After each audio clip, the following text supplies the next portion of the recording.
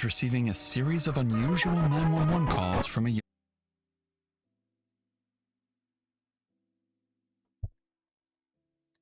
Yo, top of the top. We back at it. Slid in a little early show. That's all. We about to get right into it. Good afternoon, good evening, wherever y'all at. The time frame is ticking. We got a good one for y'all today, so we about to rock on out with our socks on off. You dig what I'm saying? Slowly but surely. Gosh almighty, we got a good one. Filled with bodies. Body pack Sheila. You hear me?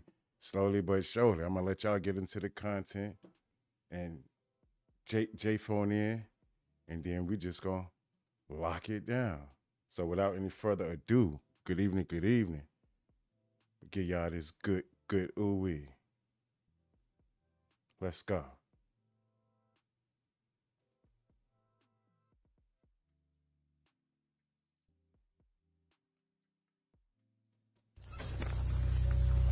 All right. You nervous? Hey, I'm out here with Miss Cassandra. Officers have just arrived at the getaway motel of 28-year-old Cassandra Douglas. Melissa. For the last 24 hours, she and her brother have been on the run after 3 of their family members. I just wanted to get up here for a little hour shot right quick. 99%. Good to see y'all. Either an animal or a person. I wasn't expecting nobody. And as these local officers prepare to confront the primary suspect of the most important case they've ever worked on, nothing could prepare them for the horrifying discoveries they're about to make. Calls the police! Anyone inside, make yourself known! This is a horrible nightmare. What are we looking at here? I don't know, you tell me. This is one of the worst things that I've ever had to be involved with.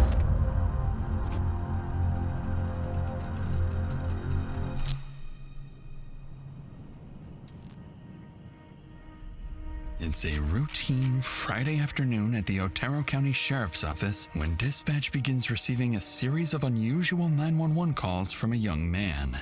Communications.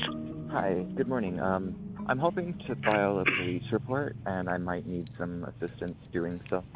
Okay, and what's your first and last name? Kane Mays. Okay, and tell me what's going on. I've been living abroad for the past 6 years, and I found out that my father died last year shortly after Christmas. I have recently returned home. I'm living in New Mexico again, and I was hoping to return to the family property. Since his passing, tons and tons of family possessions and property have all gone missing and have either been sold off, lost, or stolen, and I'm looking to reassume possession of the property, but there are people squatting in the house. Do you know who these people are? I do. I could give you first and last names, but not anything much else. Kane goes on to clarify that the squatters inside his deceased father's property are actually family members, mainly his Uncle Victor, who allegedly took over the property and is living there with Kane's grandmother and his stepbrother. He also seemingly claims that his Uncle Victor has sold off valuable assets, including firearms and expensive jewelry belonging to his father. The dispatcher logs the information Kane provides and passes it along for legal follow-up. However, not long after this first contact, on a Monday morning in January 2025, Kane calls again. But this time, it's for something strangely different. Dispatch. Hi there. I was calling because I'm wondering, what would it take for me to request a wellness check on somebody? A welfare check on...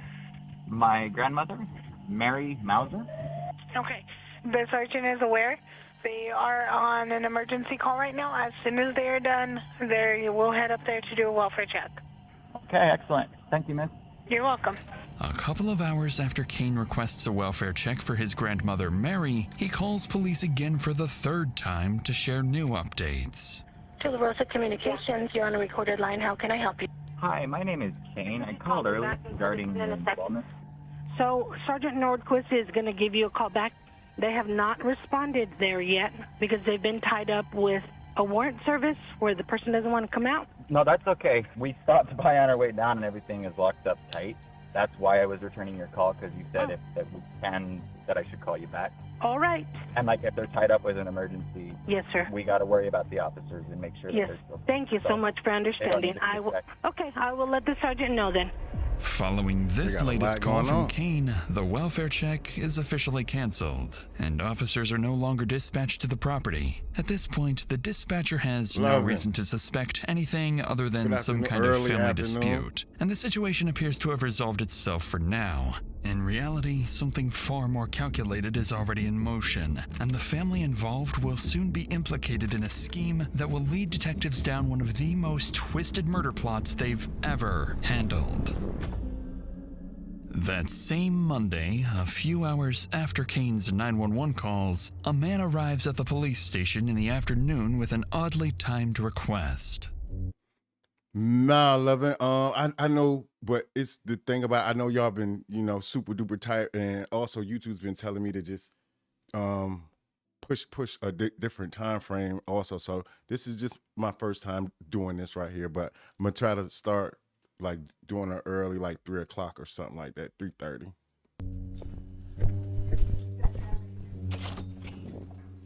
Hello, sir. Hey, how you doing? Doing well. Sergeant Nordquist. Mike Bless. Mike, it's nice to meet you. How can I help you today? Okay, well, my brother-in-law helps us take care of my mother-in-law. Okay. And he normally is very conscientious about showing up when he says he's gonna show up and everything. Yeah. And we had this, we schedule him, we've been taking care of my mother-in-law for 7 years. Okay. She's 92 years old. So anyway, we normally communicate quite a bit during the week and stuff, So, are you wanting to check on him or your mother-in-law? No, on him.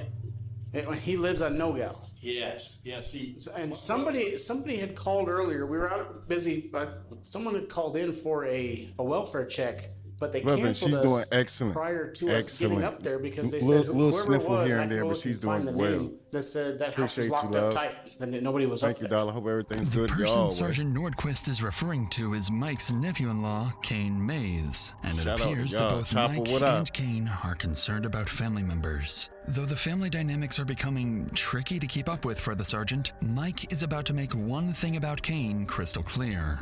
Do you know a Kane Mays? Yeah, I do know him. That's part of the problem. Okay, so what's the problem there? Okay, well, I think he's trying to keep us from going over the look. The house is owned by his father. Yeah, well, the owner of the house, okay, was They Frank. both look like He's smokers. deceased. Frank is deceased. Yeah. Victor, his brother, was living with him along with Kane's grandmother and his stepbrother, Killian. As Mike continues explaining the complex family dynamics to the sergeant, one thing becomes clear. 3 people are missing, all close relatives of Mike and Kane. But before Mike leaves, there's something serious he needs to warn the sergeant about. I'm gonna get one of my deputies and we're gonna go out to the address and see what we can see. See if we can find something. Okay, let me give you some heads up. His dad had a lot of guns, Frank, before he died, and he taught Kane how to shoot. And when Kane came the other day, I didn't finish my story. Huh? When I pulled up there, okay, and I hollered out the window for Vic because I couldn't. The gate was closed, right? Yeah. Okay, and then a person comes to where I can see about this much of him, right up there, and I go, "Hey, Vic," and he goes, "No, it's me, Kane." When he walks down to me, he's packing. He's on. Nothing. It just started, Loving. It just started, just right now. And I says, "Well, have you seen Victor?" He says, "No, nobody's up here." Okay. So I think if I were you, I would go up there with the 2 guys because I think he knows how to shoot, and I don't know if there were any like rifles and stuff like that where he could be, anyway. So I had his phone number, but then after I had his phone number, see, he had my phone number. He started texting me. Your grandmother's missing, your uncle's missing, your stepbrother's missing, right? And this is what he's talking to me about. He's a pathological liar, man. I think he's up to no good. I really do. You guys got to be really careful. He said he just got off the line with Sergeant Nordquist or North. He never called us because we never contacted him. It's becoming clear to the sergeant that something is off. Sensing this won't be a routine welfare check, Sergeant Nordquist takes note of Mike's concerns and prepares to head out to the house. What makes this case so unique isn't just the crime scene officers will soon walk into, but the way police have to piece it together, using advanced forensics and strategic elicitation to cut through the lies. And as the investigation unfolds, this will prove to be one of the most resource-intensive cases for everyone involved, with constant pressure, long hours, and difficult decisions at every step. Many of us deal with our own pressures and emotional struggles, and sometimes all it takes is talking to someone to begin working through them. There was a time when I got into a pretty bad argument with a close friend a while back, and it just stuck with me. I kept replaying it, what I said, what they said, whether I was in the wrong, and I didn't really have anyone I could talk to about it without it turning into a whole thing or someone picking sides. I just kept telling myself I'd get over it eventually, but eventually never really came. And at some point, I realized that having someone to talk to who's completely outside of your life, who can just give you a fresh perspective with no bias, makes a huge difference. That's why I've partnered with today's sponsor, BetterHelp.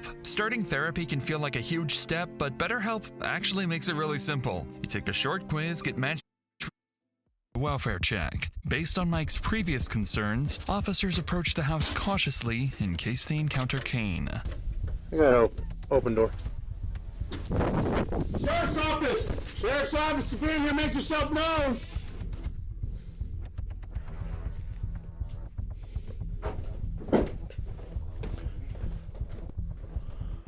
Sheriff's office! Stay here with Sarge. Stay here with Sarge. Gotcha.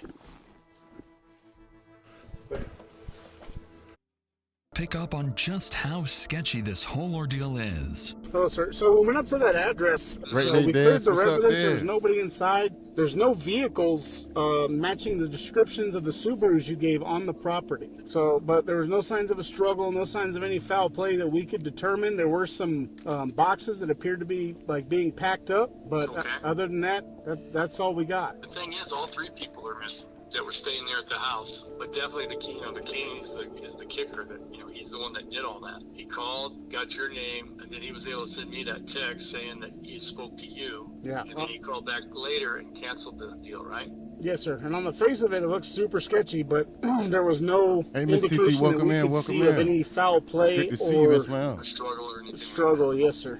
As the sergeant tries to reassure Mike, even he begins to wonder if the scene is hiding more than it appears.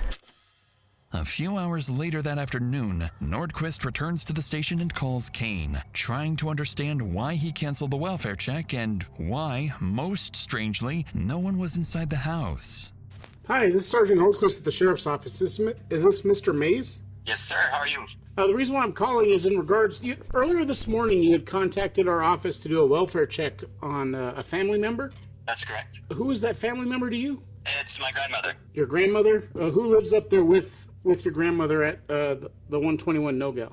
That would be an uncle of mine and my brother. Do you have any information on them attempting to move anywhere? I was told that my brother and my grandmother are planning to move soon. So the reason why I'm calling is we went up to that address because Mr. Bloody stopped by. Yeah, he was the one who recommended that we give you guys a call. He seemed pretty upset. He was looking for Vic. So we went inside the residence to make sure that nobody was hurt or injured. Nothing was broken into. We didn't see any signs of struggle or any signs of foul play. Did you text Mr. Bloody at all today? I mentioned that we stopped by, and I had given you guys a call and everything was okay. Well, who told you that everything was okay? Dispatch coordinator, I don't remember her name. The information that I got. So he called for a wellness check, y'all, and then called and canceled the wellness check. What? What in the world is going on? Something a little fishy going on to me, y'all. I don't know what's... I don't know, but we're going to definitely find out. Let's get back to it. Gosh almighty.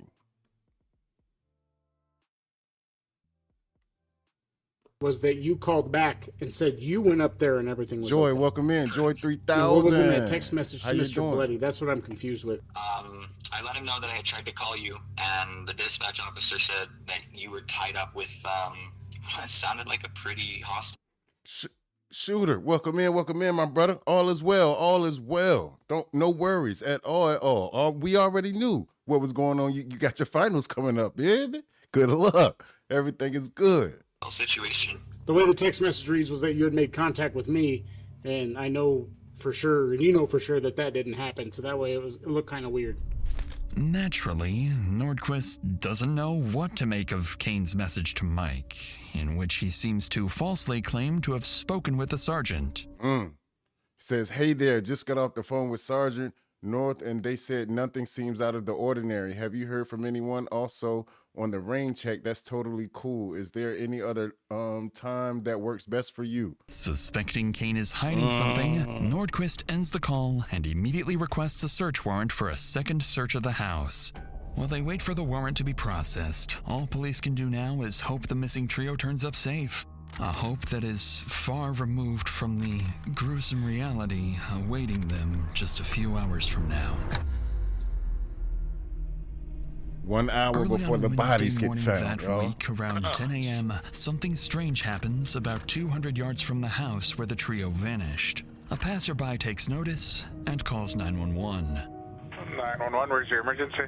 Yeah, I'm phoning about there's a fire off into the mountains area. I called before about 2 minutes ago. So we drove down the road to see if we could get a better view of the fire to help you guys out.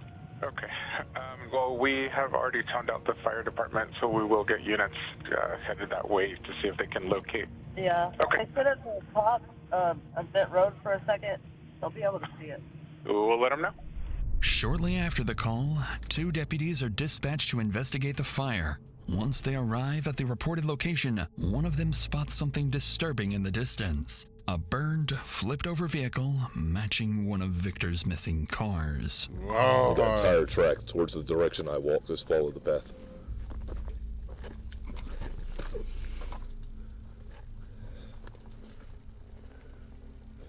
I got the vehicle. It's smoking. I got a couple sets of shoe impressions, tire tracks, all that. 99% sure there was a cage and a spinal cord in here, in this vehicle. Given the circumstances, right? So they done flipped over, got burnt, maxed and relaxed. I wonder what happened to them prior to this, though. Oh, my stars.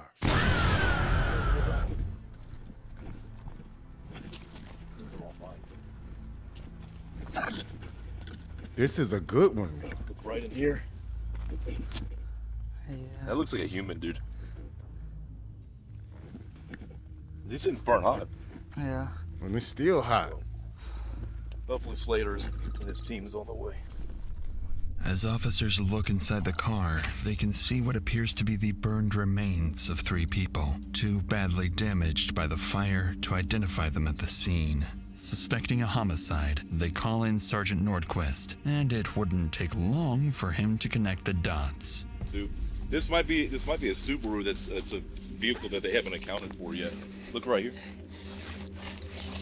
Oh, for sure. You see it? Yeah. It's not, do you see a soul anywhere?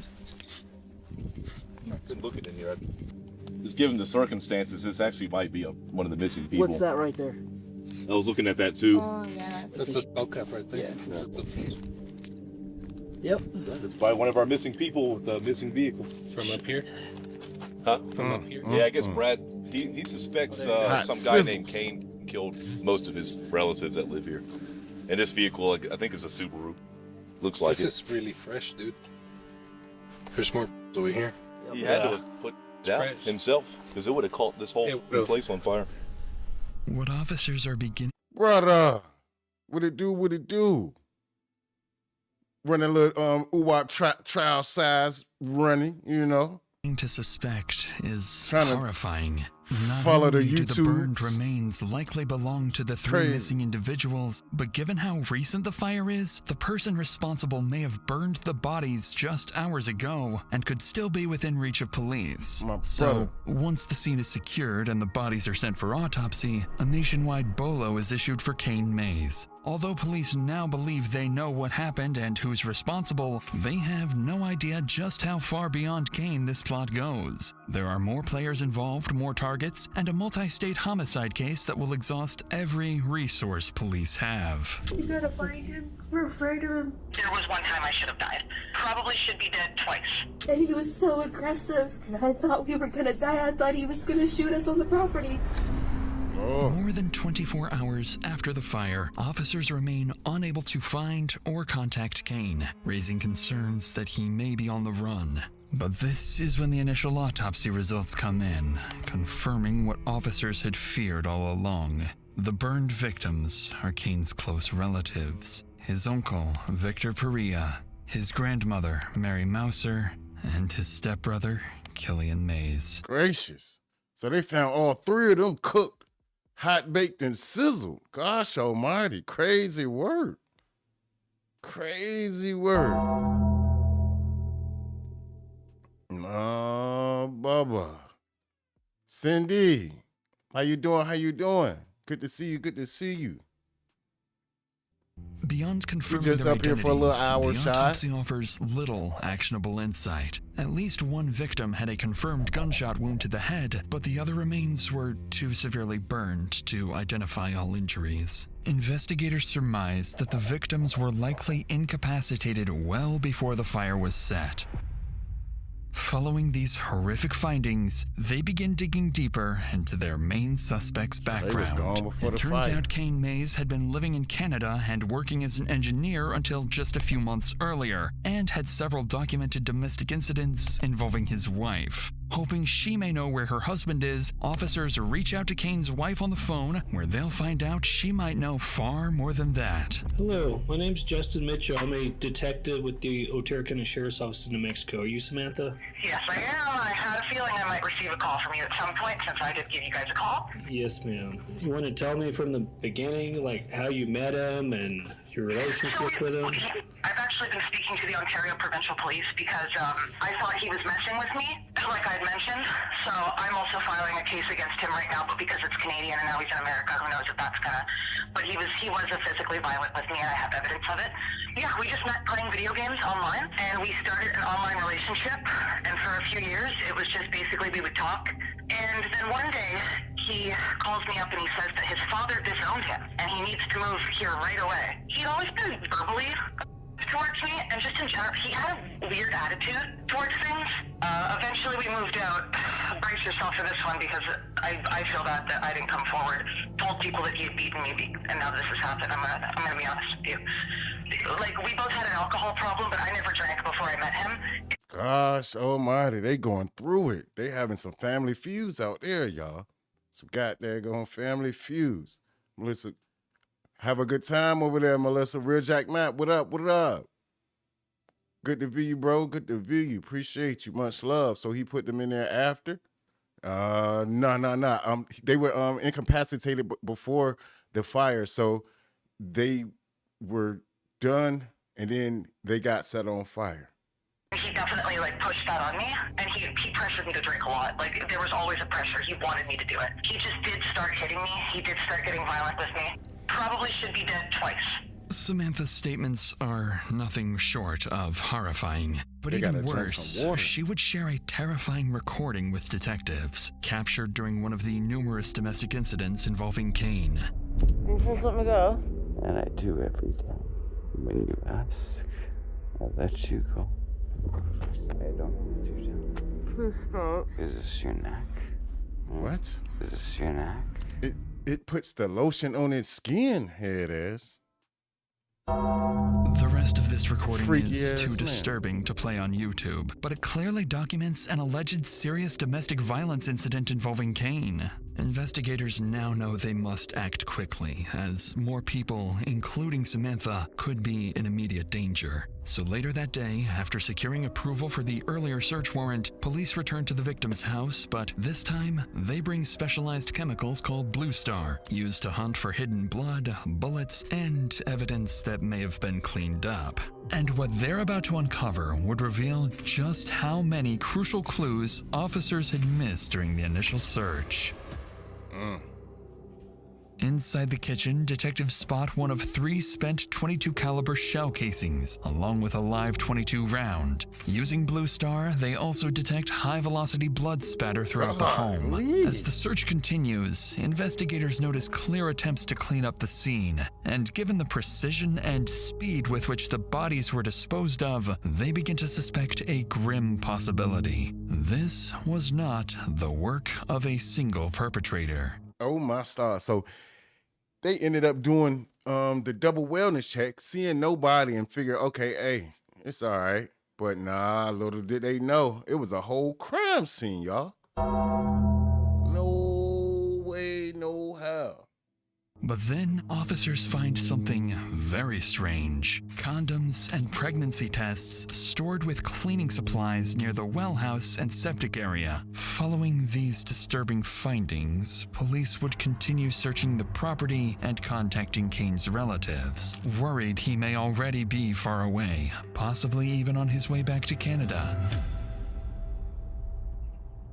A few days later, as detectives continue searching for leads on Kane, they decide to pay Mike and his wife, Lourdes Blett, a visit. Just like Kane, Lourdes also has personal ties to all 3 victims. Victor Peria was her brother, Killian Mays was her grandnephew, and Mary Mouser was her brother's partner. But before investigators can hope to learn anything about Kane's whereabouts or possible accomplices, they must first deliver the tragic news to the couple. Yeah. Got a nice name, too. Hi, Lourdes, how are you? Detective, how are you? What's your first name? Bobby. Hi, this is Ashley. Ashley, I'm Do you mind if I sit down? Well, I would like to give you guys a little bit of information. As I told you yesterday, do want to let you know that there was a vehicle fire that was in close proximity to the house. There were 3 subjects that were not able to be identified that were inside of that vehicle. I cannot tell you who those subjects are. On the property? In the Subaru? Or that? I can't tell you what vehicle it was for sure right now. Again, so you already know there are 3 people? I can't but you tell know you there's who 3 they people? Are. Yes. I'm really sorry that I even have to share this information with you. This is a horrible nightmare. It's horrendous. I agree with you It's 100%. murder. This is one of the worst things that I've ever had to be involved with. Upon hearing the news, Lourdes is beyond devastated. What makes the situation even scarier is that she fears whoever is responsible may not be done yet. He's a psychopath.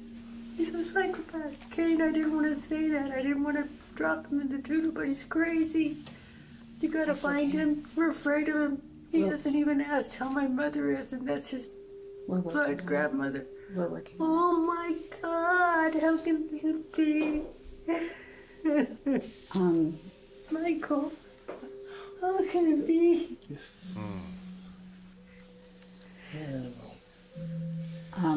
We hoped for better, but no, it's not even imagination. We are working on so many different leads right now and trying to connect everybody. just catch him. So everybody will be safe because he's crazy. In my worst imagination, I thought, I didn't know how to tell you guys this, but I was going to say, can you look for the infrared and see if there's any graves on the property? That's what I was going to tell y'all. You know how they can tell That's what's something had been burned.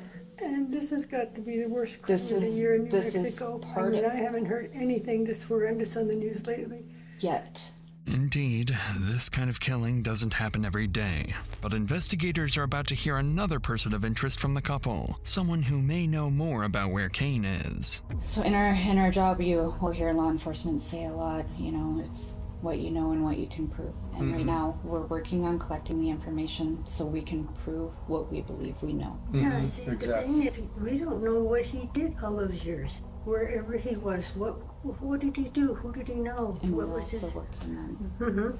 We have no idea. I would even be worried about his sister, Brecken Ross, so-called stepsister, When that one text he sent me about working with the over in Roswell or whatever he said. Yeah, he was saying something about like helping out his sister with her crazy ex. Crazy ex, yeah. Something like that you had shown Yes, me. I think it was a relationship. I kind of remember that at the beginning, that she wasn't with that guy anymore because of that. What's It's like that? I was supposed to feel sorry for her. I mean, when they first were like chit-chatting and everything. Oh, in the like, conversation? "Hey, Okay. She's talking about the Yeah, I Thanksgiving think Day that call. they said something about that. Mike would go on to identify the woman in question as 28-year-old Cassandra Douglas, Kane's half-sister. And based on his concerns and the evidence from the home search suggesting at least 2 people were likely involved in the cover-up, detectives begin to wonder if Cassandra is the next key piece to the puzzle. So with this new lead, the interview concludes, and investigators shift their focus to Cassandra and her potential connections to the homicide. Coincidentally, as investigators prepare to call Cassandra the next day, she reaches out to them instead, with a very peculiar 911 call. Hi, is there any way that you would mind putting in a welfare check on my brother, Kane Mays? What's the address? He told me that he was going to 680 Cox Canyon, Cloudcroft, New Mexico. 680 Cox Canyon? Yes, ma'am. He was supposed to meet up with our uncle and told me that if he didn't come back last night, and definitely if he didn't come back in the morning, that I needed to call you guys. He's been part of a missing persons thing, and Mike has been acting very aggressive and hostile towards us. Not only is Cassandra claiming her brother Kane is also missing, but she's suggesting that her uncle Mike might have something to do with it. Once investigators catch wind of this 911 call, they immediately sense something is off. The timing is highly suspicious, almost as if it's part of a plan to deflect suspicion away from Kane. So later that day, officers are sent to her address with one goal in mind: assess the situation and determine whether her claims hold any weight or if it's just an attempt to mislead the investigation. Hello? Hello. Hi. Are you Candace? No, Candace is across the street. Okay, are you Cassandra? I am. Okay. So my name's Ryan Poston Reader. Hi. I'm a detective with the Ruidoso Police Department. Hello. Do you have a second to talk to me? What's up? So did you make a 911 call for a welfare check? I did for Kane Mays. For Kane, yeah. Yeah. That was you that made that call. Mhm. Okay. Have you heard from Kane? I have not. No, you still haven't heard from him? I have not. How do you know Kane? He's my brother. It's your Or brother. my half-brother. And when was the last time you heard from him? He was supposed to go up to meet with Mike, I think on the 21st. He told me that if he didn't show up by the morning of the 22nd, that I needed to file a missing persons report because I already have 3 family members missing. Killian and Mary were supposed to go up to Albuquerque. I haven't seen those 2 alive since 11/23. Give me just a second. Okay. Officers have no clue at this point, but Cassandra isn't alone. Right this moment, their prime suspect, Kane Mays, is hiding inside the very house they're standing in front of. Sorry, we're also having issues with a psychotic ex of mine. So Oh, jeez. You're going through a lot right now. a little bit. And then with Kane going missing and Mike presumably having like over half of his guns. It's a really, really long story.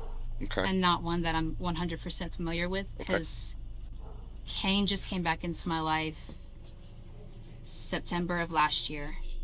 So like, I wish I had all my facts straight. But I completely understand. No big deal. How did they come into your life? through Kane. Okay. So Kane comes into your life, and then now you meet Mary and Killian. Mm-hmm. Okay. And then now all of them are missing. Mm-hmm. And have you talked? Everybody. Did you ever have direct contact with Mike? I never had direct contact with Mike, no. I just heard him screaming from the hill both times. As she did earlier, Cassandra doubles down on her accusations, suggesting that officers should focus on Mike, implying he may be involved in the disappearances. Officers take note of her statements and ask her to give them a call if Kane shows up again. Their goal remains unclear, but now that they have a story, they can start verifying.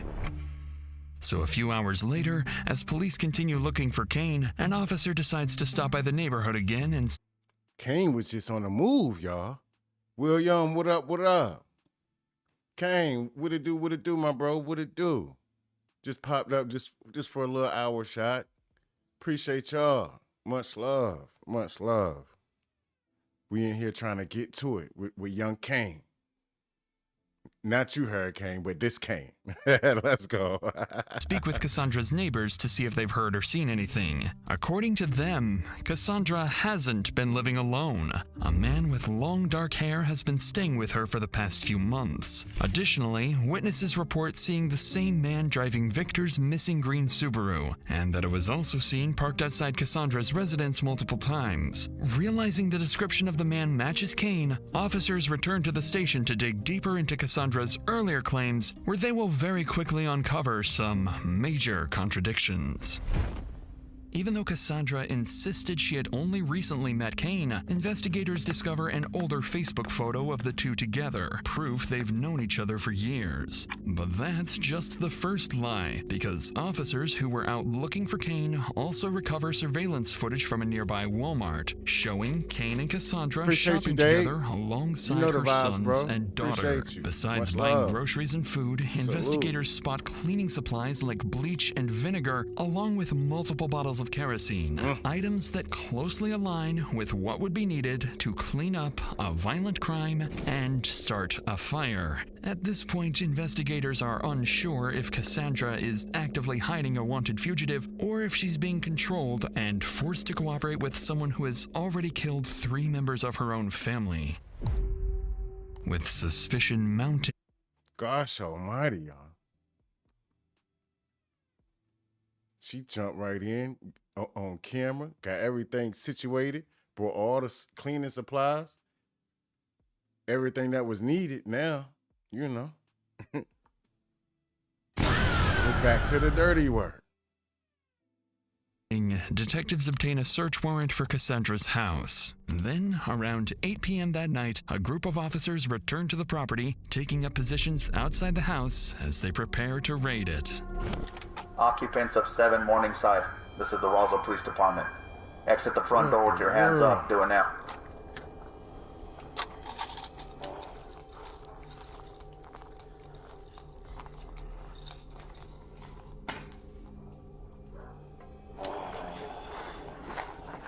You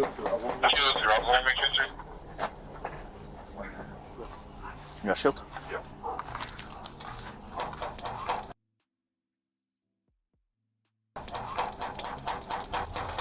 Roswell Police, search warrant! Guess we're just going to boot this thing. Yeah.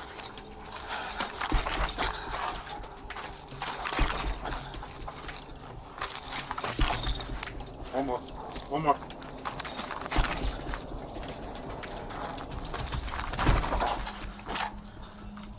Roswell Police, anyone inside, make yourself known! Alright, we're gonna pull in. I'm gonna take left. Ready?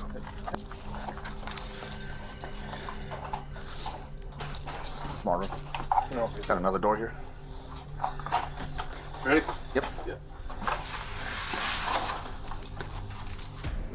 I'm gonna go. Much I got love, a hallway Dave. with looks like the refrigerator kitchen. 3 on me. He couldn't get the door down for nothing, Jack.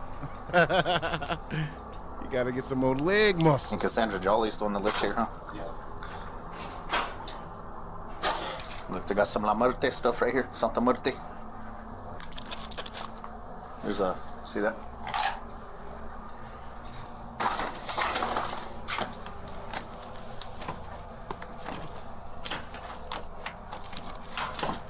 Ready? Yep. This Something is where weird. he's been hanging out because there's that monitor for the camera that's in the window. What are those guys on a fucking terrace watch? Looking real freaky in there. I had a Marlboro and then I had a... Yeah, I saw that one in the closet. Another one of your big cans are all over this room. Your Red Bull can. Inside, something about the house immediately feels off to the officers as they observe unusual posters, graffiti, and other unsettling details scattered throughout. They then make their way into the bathroom, where one officer recalls hearing that something might be hidden underneath the house. God. There's all types of spots in there. They in there devil worshiping. Absolutely right, Jack, man. Absolutely right, brother. I don't understand what's going on. It's real freaky for my kind, though. No, sir. I highly doubt, but the back door was open? No, we have not opened it. I'm sure this one gives her furniture. Like under all this? That's what you. Got a water leak.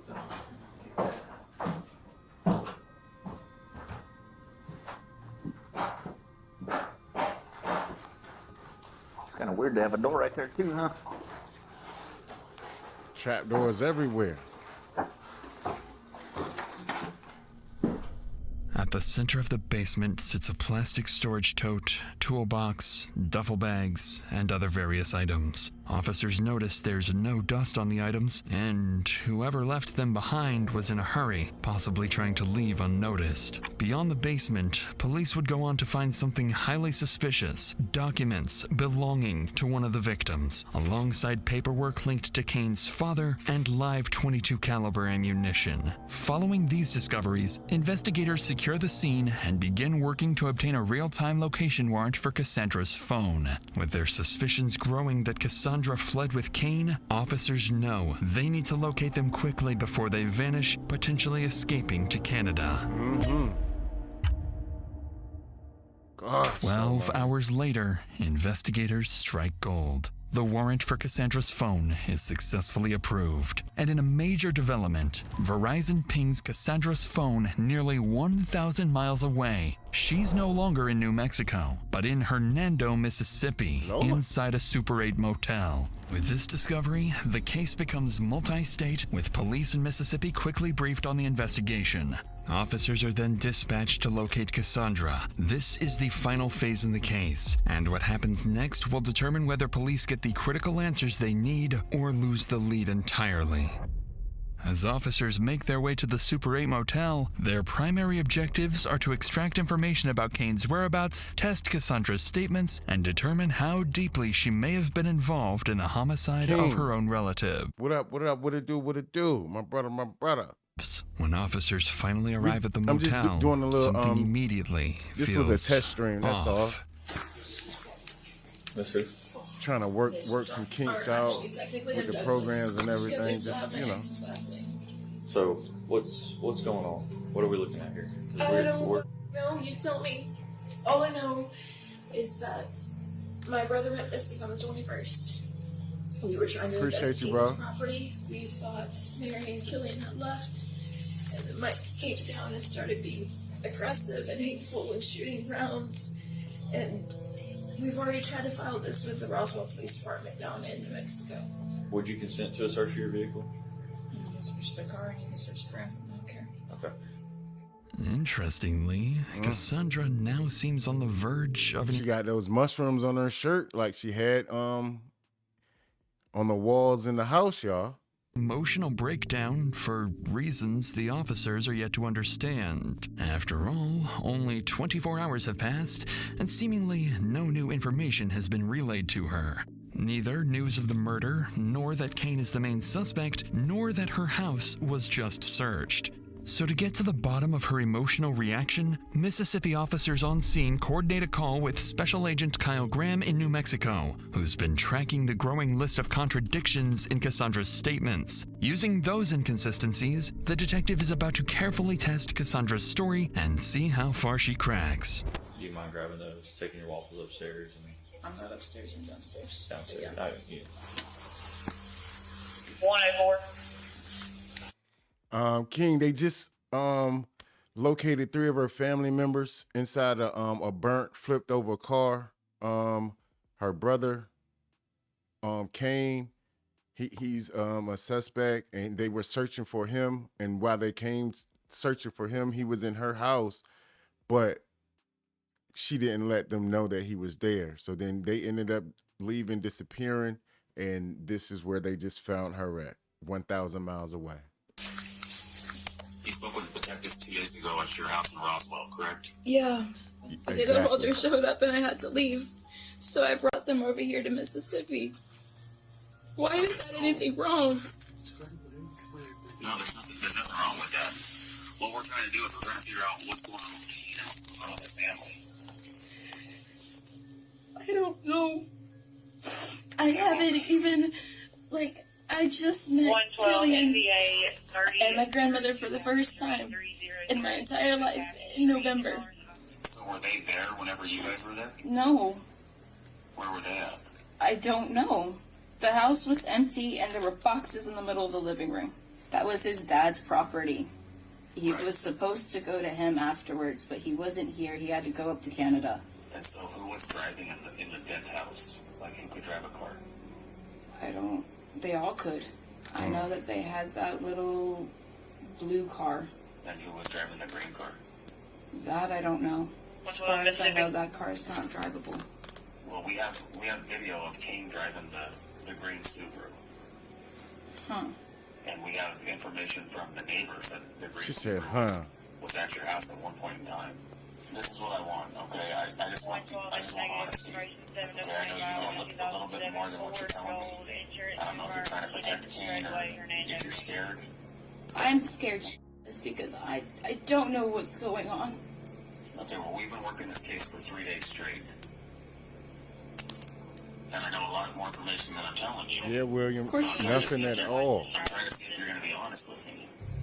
With every sentence, the detective becomes more convinced that Cassandra is hiding something she fears could incriminate her brother or even herself. But there is something a lot more concrete detectives previously uncovered, and the detective is about to leverage it to completely trap Cassandra.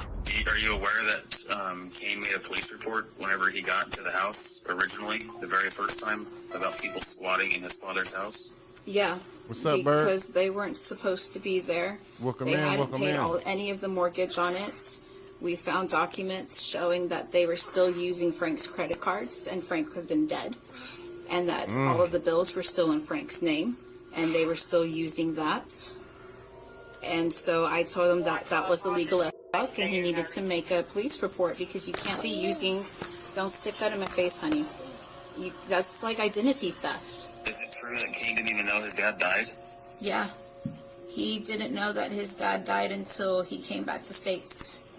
He found his obituary. Who, what, when, where, King? You talking about Bert that just came in? He found his obituary shortly before on the internet. That's how he figured it out. So almost a year later, he finds out his dad died. And I know that he's upset about that. But that's not enough reason to kill somebody. I didn't do that. So then what? So did he kill somebody? No. I don't understand what you're trying to accuse him of. Well, that didn't sound very convincing. I don't know what he's trying to accuse him of.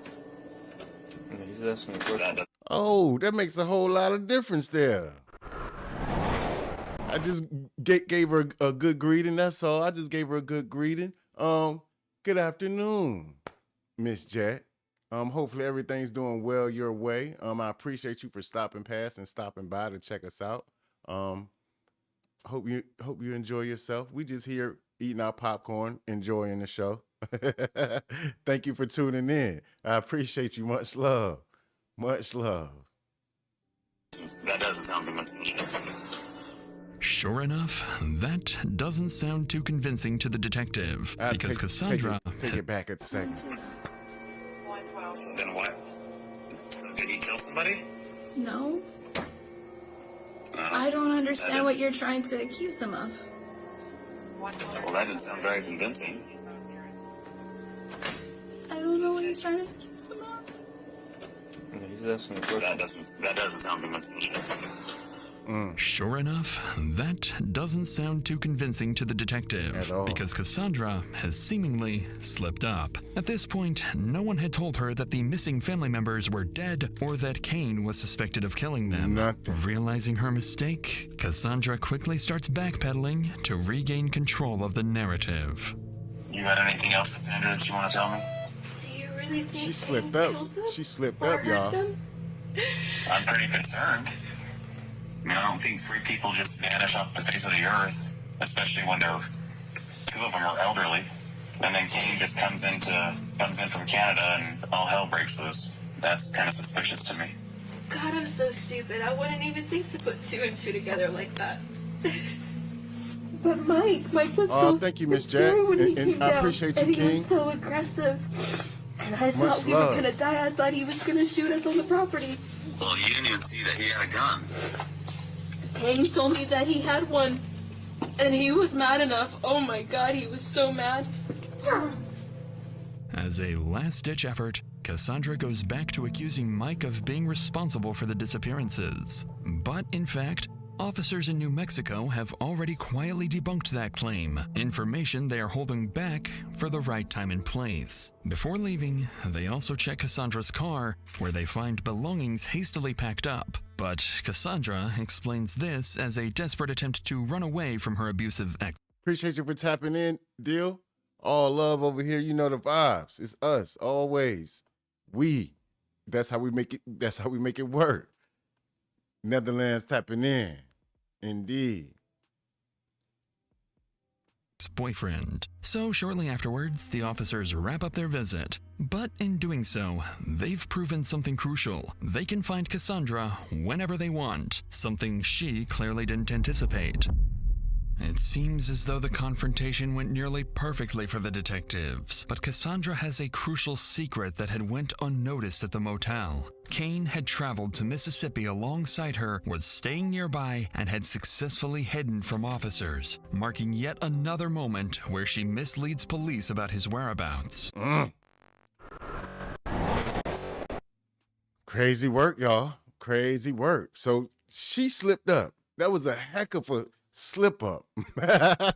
What in the world? That's not enough reason to unalive somebody. Nobody said anything about that, though. Nobody said anything about that. And now you sat and you just told on yourself.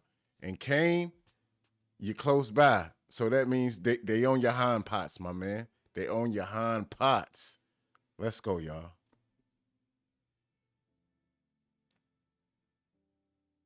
So less than an hour after police leave the motel, the two would begin plotting, coming up with a plan they think will get them out of this gruesome mass murder. At 2 p.m., Cassandra's vehicle is seen in front of the Hernando Police Department. Kane would step out and calmly walk into the station. 15 minutes later, Kane would be seated in the department's interview room 2, alongside Detective Stovall. The sudden appearance of Kane would leave detectives with little room to prepare, so Special Agent Silva, a New Mexico detective already working this case, would be placed on call to assist in the interview. It's important to note that this is an interview and not an interrogation, as Kane has agreed to speak voluntarily and has not been detained. In reality, this interview can only work against him, but in his mind, this is both his and Cassandra's final chance at freedom. Agent Silva would begin the interview by making this crystal clear. And before we get any further, I do want to let you know that you are not under Miranda rights. You are not anything like that. You are free to leave at any point. You don't have to answer any of my questions, anything like that. You can say, hey, I don't want to answer that question. If you don't want to, we can go over another question and we can skip to the next one. But I do want to let you know that you are free to leave, okay? Thank you, sir. All right. Want to make him After feel realizing comfortable. he's free to walk out at any time, Kane shifts tactics. He begins probing the detective for information, trying to figure out how much investigators have bought into the false narrative he's been intentionally feeding them. Can I ask you something? It's, on one hand, kind of nice to talk to somebody from Otero. Also, maybe a little concerning. Did we have to speak directly because I'm considered a missing person? Well, that's what I wanted to talk to you about. Is there's so many like missing persons. There's a lot of phone calls to the sheriff's office. So, like, why would somebody be saying that you're missing? And then there's also some other missing reports going on. Like, there's a lot of firearms missing, right? There's a lot of vehicles missing. I want to talk to you and get your side of the story of what's going on. I was trying to come in and speak with somebody in person.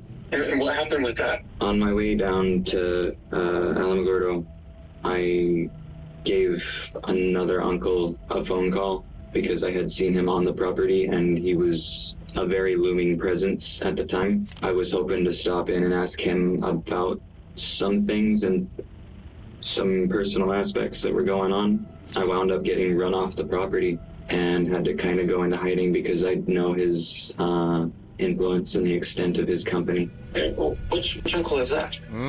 He trying to shift the blame. He trying to throw his uncle under the bus, y'all. That's crazy work. Gosh almighty. Mike Blett. So Mike ran you off the property. You had questions for him? Is that what I'm understanding? Yes, sir. So when did this happen? It was when I was on my way down on the 21st. I kind of explained the situation to my sister a little bit, and I told her, if you don't hear from me, call somebody. I know I keep jumping around and just trying to confirm everything. You went to Mike's house to talk to him and he shot at you, correct? Yes, sir. Because I want to talk to Mike about that. Like, why are you shooting at people through front doors? That's kind of dangerous. That was this week. That was on the 21st. I would absolutely appreciate you taking a look. Kane makes his alibi clear. Mike, the man who kicked the entire investigation off in the first place, is the suspect detectives need to be focusing on, alleging he shot at them through the front door when they approached the home. Unfortunately, detectives have spent far more time investigating than Kane realizes, allowing Agent Silva to completely debunk Kane's story. Simply put, there are no bullet holes or any signs of a shooting on the property. Okay. So here's the thing, Kane, is I'm gonna start going through some of your story here. Okay, that's not making sense to me. I'm not saying that you're lying. I'm just saying I don't think it's fully there yet, if that makes sense. It was kind of cut off. Can you hear me? Yes, sir. You went to Mike's house. Mike shot at you this week through the front door. You announced yourself. How come you didn't call 911? I know that they very much do not take too kindly to law enforcement. Okay. And I kind of really hope for that to be avoided. So here's the thing on that, is I have some investigators that are there at Mike's house. They got him in the That corner. I've been to at Mike's house. There are no preheating the oven, y'all. bullet holes through his front door. There are no bullet holes through the siding. You got it, King. They're not seeing you on his cameras at his house. So that's what I'm saying, is some of it's not making sense. So did you actually go to Mike's house and knock on the door? I did. Because you're not on camera. Did they check? And his cameras, What's up, Mac? His cameras go back this week. They go back last week. So I'm not seeing you anywhere on there. We had a ton of different game cams that are all on their get those errands done, my brother. SD cards. He doesn't have any of the chips from the 21st? No, I'm saying he has video surveillance of this week and of last week, but they are not seeing you anywhere on the cameras. Kane appears shocked by these details. Whatever he thought happened that could favor his story simply didn't. Kane. Oh, my stars. Got him. He said, what? Let me rethink this. Because you know the CCTV doesn't have you on the camera at all, Bubba. So you're going down expeditiously. Kane would sit in silence for an extended period of time, seemingly in denial that his plan was so terribly miscalculated.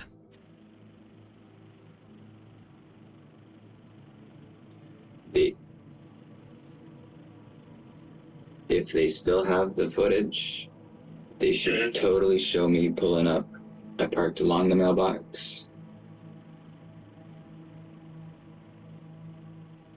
Kind of behind it a bit, not necessarily pulled up past it. Walked right up the drive up to the... It's kind of tucked in between the slope on the hill. and then it goes into the house where the stone steps are. That metal storm door. Okay. What should I ask? I'm just trying to give you a path so that you can see. And that was early afternoonish. I got there between 1 and 3 o'clock, I believe it was. I have to look at the hall, but I don't have it. But if they have that footage still, then I'm definitely on it. His voice Kane going proceeds down. to give a nearly 10-minute explanation of where he was parked. Unnecessarily complex explanations like these are usually a telltale sign to the detectives that the suspect has shifted into a defensive state, looking for any validation that the detective is believing their lies.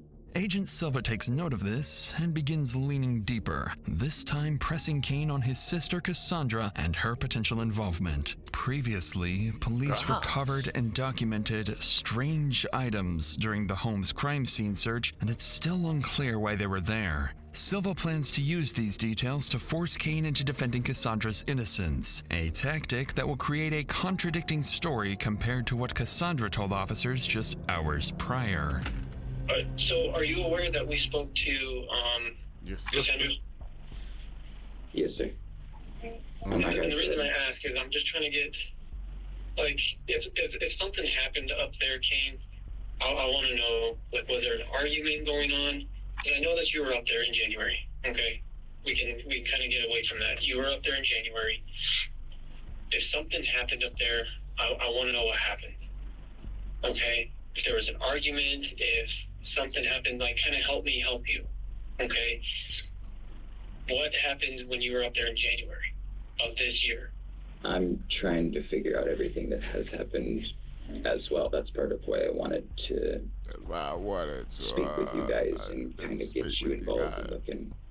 They got you. I'm going to be honest with you. I'm confused on these timelines. He folding everybody. He folding up at some point, and you were up there last week at some point. So what happened this week and last week while you were up there with the family? That's what I want to know. They weren't there. Nothing's happened.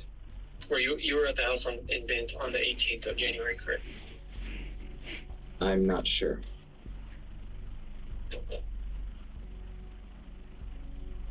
The reason I ask is because Cassie has been in contact, and she showed us a screenshot, January 18th at 3:57. It's between you and her that says "Wait quietly." It's say, "Wait for me." That's actually something that I was gonna try to find. And it says, I believe this is from you or from her. That's the text that says "Wait for me," and it says "I'm safe." I'm sorry? Those are the texts that say to wait and that I'm safe. It says "I'm safe, wait for me," and then there's a response that says, "Gotcha." He definitely sounds I worried, on the front. So far, so good. What is that's what is the that? day. That's the day that Mike came up to bed. Okay. At this point, Kane must be starting to realize You're Cassandra thirsty, may y'all. not have been on his side as much as he had thought. Not only are the police beginning to take a clear side, but his only teammate might be against him as well, perhaps explaining why she dropped him off at the police station. Note that Kane at this point can avoid any question he wants, and more importantly, can leave whenever. But he keeps on answering, y'all. He keeps on answering. That hole is getting deeper and deeper. He wants. Even Agent Silva decides to take a brief step away from the phone, but Kane would stay, instead letting the officer in the room in on what's going through his mind. Between you, me, and the walls, I really think someone is trying to pin years worth of shit on me because I came back home at the wrong time and interrupted something.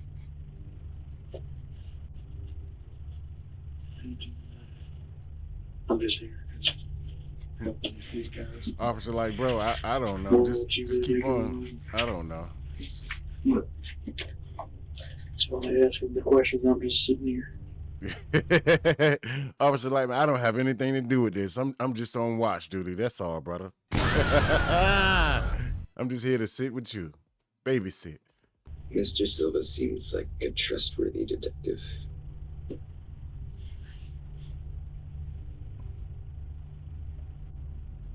used to joke, though, and I always say I make a great scapegoat. I'm kind of hoping it's not the case this time. I came here today to ask you guys for help and talk to people that I knew wouldn't be necessarily under an outside influence. Right. But do you see how it looks for us? I mean, they've shown physical evidence of this whole situation. And You're one day you're here in Mississippi, no ties to Mississippi at all. Like, you have no family here. No, sir. You have nothing here. No, sir. My family died, man. If I was in that seat, you don't seem too and concerned, brother. 13 hours away on a cell phone call told me that who are they to you? My brother, my grandmother, and my uncle. Your brother, your grandmother, your uncle. If somebody called me and said, not only was my brother killed, but also your grandmother and your uncle were killed. If somebody told me that over a phone, you know what I would be doing? I think I did. Do you know what I would be doing? Driving. I wouldn't be sitting there staring at a wall. I'd be bawling my eyes out. I'd be throwing the water bottle across the room. I'd probably rip this table out of the wall. Yeah, but then you guys just rush in here and... But I wouldn't give a shit. Out of me. I wouldn't give a shit. Because of how much I'm close with my brother. I'm not close with my grandma. But it's still the fact that somebody did that to my family. Mm-hmm.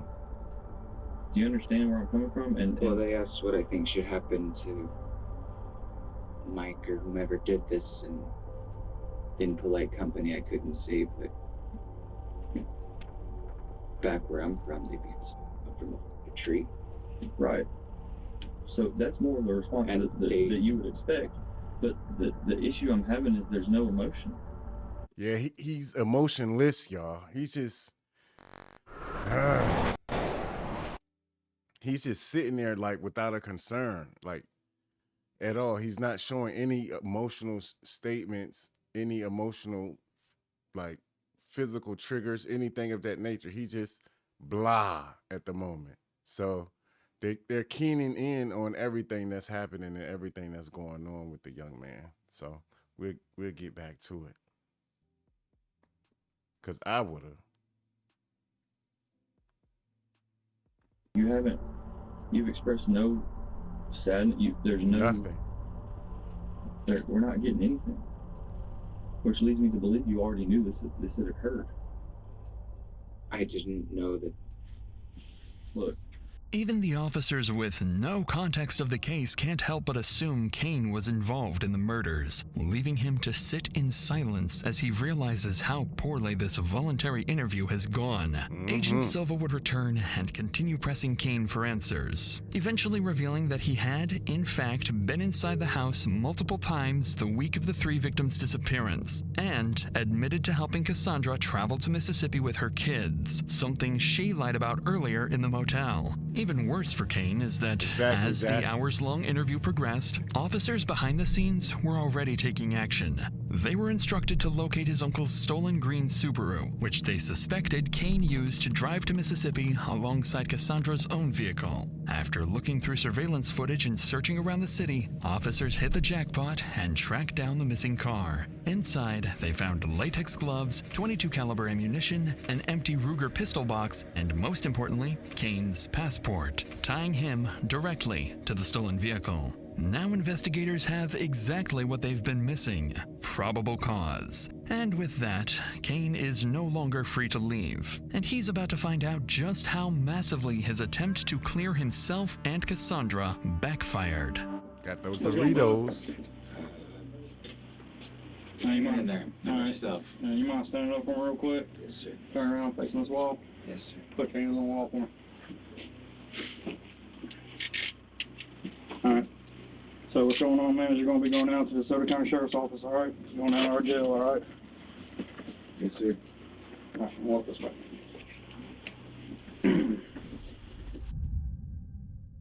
Back at the Motel 8 in Mississippi, Cassandra would patiently wait for Kane to return, give her a call, or just show any signs his interview was over. But as hours passed, it became clear that something had gone terribly wrong. Growing worried, Cassandra packed her bags and fled alongside her children, making yet another 1,000-mile drive back to New Mexico. Detectives keep tracking her phone signal until it finally stops at her parents' house. By this point, investigators have more than enough to justify Cassandra's arrest. But one critical question still remains. Was she directly involved in the murders? And if so, to what extent? Because of that uncertainty, officers make a deliberate decision. Rather than moving in aggressively, only 4 investigators go to the house, keeping the encounter calm and cooperative. Their goal is to interview Cassandra on the property and, if possible, apply enough pressure to turn her against Kane. If they can do this, they'll be able to pin both Kane and Cassandra against each other, forcing them to incriminate themselves. And then they get 2 for 1. This is Bryce Daly. He's with Lincoln County Sheriff's Office. He's a part of that. Okay? No. So there's not 100 of us today. There's just 3 of us. Do you want me to start from the beginning from what I know? Or do you want to ask me all the questions first? No, I'm going to let you tell your story. And just so that you know, you're not under arrest. You're free to leave whenever you want to leave. We came to you because we talked on the phone earlier through the text. And what I told her is she needs to stop overthinking everything. You're trying to be a detective yourself because she's seen all this stuff and she's trying to put pieces together and knows that he was lying to her about things. So just start at the beginning and tell it like you told us. So I wanted to apologize to you because whenever I spoke to you the last time, I wasn't thinking straight.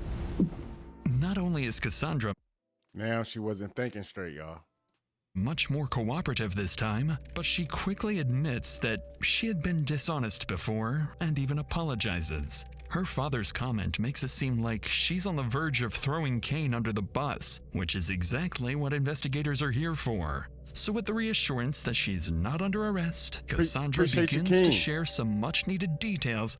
Yeah, no worries, brother. Appreciate you. Much love, much love. Yeah, later on. Yeah, I'll definitely be on later on. This was just a tester stream. I'm trying to work out some programs and everything. So yeah, definitely. I'll see you later. Appreciate you. About how 3 of her relatives ended up mysteriously dead. So I know on Thursday, we were driving up there and we had just went through Ruidoso, and he said that he wanted to stop by Bent right quick. So he said, okay, drop me off here, wait here, and I will let you know if I need anything. I've probably left him alone for like 45 minutes-ish. Where does he go? He's inside the house. Okay. And he says that he couldn't find anything, don't know where anybody's at, and that it's okay for me to come inside. And I go inside, and like I kept telling you, it smelled fucking weird in there. Almost like something had like died within the walls, like an animal or something. I was already concerned by the fact that he felt like something had happened. So I'm trying to rationalize through that, and he's just saying, I'll do it, and we're doing things legally, it's okay. And then he has me help him, he drives the car off somewhere and has me help him push it off. Oh, you're into cooked. Like this little ditch thing. And at one point, whenever I tried to say, hey, you guys, like, you need to call somebody, he said that the majority of the cops up there are crooked. I worked in the ER down here. I can see how you can think that sometimes, for sure. No offense. So, like, no offense to you guys either. Investigators are clearly not fond of Cassandra's strange remark. Though by now, it's becoming clear to detectives that Cassandra is putting Kane at the center of everything, while noticeably avoiding any direct mention of the murders, the cleanup, or the burned bodies. Instead, she frames everything vaguely, claiming Kane suspected something happened inside the house, but they didn't look too deeply into it, and that she was simply helping him deal with a property dispute. Investigators allow Cassandra to continue telling her story, but the more she talks, the more convoluted her version of events becomes. Then at this point, she even invites them inside, where the story only grows longer. After nearly 2 hours of listening, Agent Kyle Graham decides it's time to push back. So now we're going to get into my portion, okay? I don't know, there's been probably a team of 15 of us on this case. So we know a lot of stuff, we know everything about that property. And some of the stuff that you're saying does make sense and does add up. However, some of the stuff that you're saying doesn't make sense to me and doesn't add up. And quite frankly, I don't think some of it happened. But I will tell you right now, I don't feel like Kane could have done everything that he did alone. And I think he included you into a whole mess of a situation. I don't believe that you killed anybody in this house or on that property. I strongly believe that. I don't think that you had any part of murdering people. But I do strongly believe that he fucked himself and he needed help, and you're a helpful. Hey CC, how you doing? Good afternoon. Early afternoon. Good afternoon. Yeah, I just went live. I'm trying to just kink out some little bugs and everything with my system, so I just wanted to do like a little hour shot. That's all. Jump up here for an hour. I wasn't expecting anybody to even be here, but you know, the family slid through. Much love. Appreciate you, ma'am. Person, and he put you in a shitty spot and said, "Hey, help you. Me. I need help cleaning this property. Big CC. I need help cleaning all this blood up, and I need help getting these fucking bodies out of this house. But now's your chance. I'm giving you the opportunity, because I'm telling you right now, I have all that I need. The gig's up. The game's over. Okay. It's over. This is your opportunity and your chance to tell me, what did he make you do? What did he ask you to help him to do? All I know of is that he wanted me to undo the headboards, the couch. But You noticed no blood on that? Think about it before you answer that. Not the side that I picked it up from, no. All I did was what he asked me to do. But you understand, all you did what he asked you to do, it's too late. You already helped him. That's already a crime. Which I know that. And so, that's the reason why I asked if I needed an attorney, because I tampered with evidence. Correct. And it wasn't until after the fact that I sat there and I thought about it, because he said that everything was found that way. So the charge is already there. There's not going to be any more of, it's not going to get any worse other than you just telling the truth of what happened. The charge is there. You already have a tampering with evidence charge on a first-degree murder, okay? That's a second-degree felony. Needless to say, this is not what Cassandra is hoping to hear. Nope. Not at all, y'all. Not at all. She's sitting there in disbelief. But she knew everything the whole time. The floating hearts. Thank you, CC. Much love, baby. Good to see you in here. Thank you, ma'am. Floating hearts for the kid. Indeed. But CC, gotta use that letter one time, because she's definitely, and I mean definitely, cooked. Let's go. In this moment, she realizes her days of freedom may be numbered if she continues twisting the facts to protect both herself and Kane. Cassandra knows something has to give, so after hearing what's awaiting her, she asks to step outside for a smoke, and this is where she finally gives detectives a small piece of the truth. Like I said, I went out there. I went out to the store. Mm-hmm. And I came back.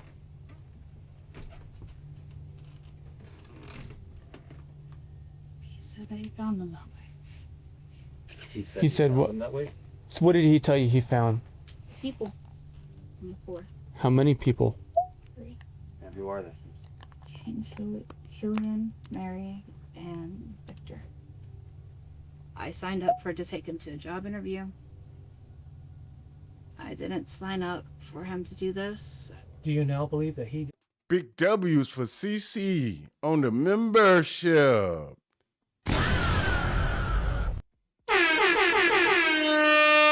Much love, dawg. Much love. Appreciate you, pretty lady. You know the vibes. We on the way. We building slowly but surely. We definitely building. Yeah, W's up for CC, deal. W's up for CC. Much love. Let's go, y'all. We getting there slowly but surely. Did it? I don't know what to believe. I just know that there was a mess, and then there was a lot of illegal shit. Lots of illegal shit. What else did you help clean up inside the house? Besides the blood? And the furniture, taking it out. Yeah. And I didn't see how bad the furniture was. Did you help clean up anything else? There's so many red flags going on right now of you saying that you walked into this house and King telling you, holy shit, I just walked into a house and all my family's dead. Let's get rid of them. That does sound really stupid. Doesn't it sound stupid that when you say it out loud? Because I guarantee you, I walk into a house with my family dead, shit's about to hit the fan because we got to figure out what the hell just happened. And I'm calling the cops. I don't... We're telling you, we've done our research. I've gotten 0 sleep in 5 days. We're not letting this go. This is a triple homicide.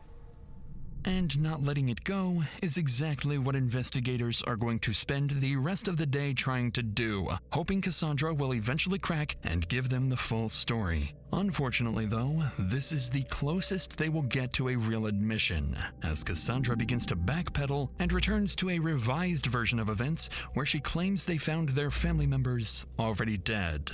They then simply decide to cover up. It's been a problem with YouTube going on, deal. It's been like crazy work. I've been trying to work out the kinks and everything. That's what I was sitting here doing now. That's what I'm doing now as we speak. Trying to figure out everything as far as the settings and everything. And yeah, I do use OBS. Are you an OBS connoisseur? The scene to avoid getting in trouble because Kane believed the police were corrupt. Detectives would spend until nightfall pressing Cassandra with no success, and she ultimately sticks to the same story. So before ending the interview and leaving, Agent Graham has one more rather strange question that's been on his mind all this time.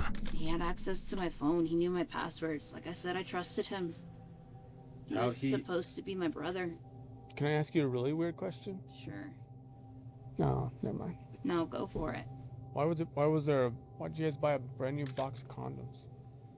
No, that was a joke. It should be the skin on latex. And I had bought those in Chattanooga. And him and hers? And I threw them at Walter. Because I was tired of having kids and I was tired of being pregnant all the time. But why would they be in the Bent house? I don't know. Why would they be in the Bent house? That's why I have a weird question. Last time I knew about them, they were in the they were at my house. Well, this was in the well house with all of the cleanup. He told me that there was a possibility that Corinne wasn't his mother due to DNA results. And that there was a potential that he had feelings for me. Kane? Mm-hmm. And that's not weird for you? Like, to be around him with your kids when you guys are pretty much brother and sister? Like, it was weird, but he never acted on it. I thought you guys were step-siblings, not half-siblings. No, we're half-siblings. Well, because we also found a pregnancy test. Yep, I had a one-night stand at the Variety, and I didn't start my period on time, and I... Welcome in, Ash. Good to see you again. You always stop through when you can. Support. Much love. Real Jack Matt. Brother, is it me I'm not visible on the shorts? panic and I overthink, and there should be 4 of them. The detective's tone makes it clear they aren't convinced, suspecting Kane and Cassandra are hiding important details about their relationship. By now, though, what investigators came here to do is partially successful. Even though there's still no direct admission tying their suspects to the killings, Cassandra has implicated both herself and Kane in the cover-up. Because of this, Cassandra is officially detained and brought back to the police station. What exactly was said during Cassandra's arrest remains unknown, but the pressure appears to have completely broken her. In the hours that followed, she went on to further incriminate Kane, seemingly doing everything she could to distance herself from what happened, no matter the cost to him. A betrayal that would later come as a complete shock to Kane. All I knew is that I had PTSD from the last time he saw cops, because there was my blood all over the floor and my head through the wall, and I was trying to protect him from that. If he was really as innocent as he said he was, then there was going to be nothing to hide, right? Which is why I dropped him off at the jail. I was pretty shocked that he showed up at the police department in Mississippi. Because I told him if he was as innocent as he told me that he was, if he really found them the way they were, then that's all he had to tell you guys, and you would figure out the rest. In the following days, Kane is brought into an interrogation room, this time in an orange jumpsuit, for what would be his final interview. Agent Graham is assigned to conduct the interview, the same investigator who previously spoke with Cassandra and secured her confession. By this stage, Graham knows the case inside and out, and he approaches the interview with a deliberate strategy, intent on extracting as much information as possible. And in this case, that's exactly what's needed, because now, more than ever, detectives need a confession. Right as the interrogation begins, Kane makes a desperate attempt to ensure Cassandra... I scrolled through. Gosh, yeah, okay, I'm looking now. You are absolutely right, brother. I don't...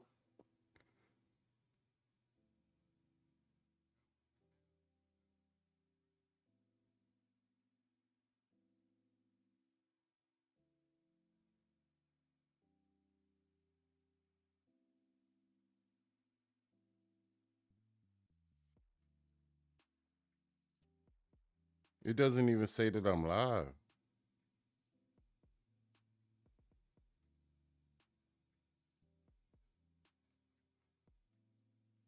See, that's what I don't understand, man.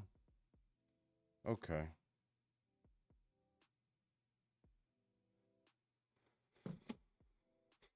All right. Something's going on, yeah, because YouTube is not even saying that I'm live at all. Well, I know what I am gonna do. I'm gonna stop this.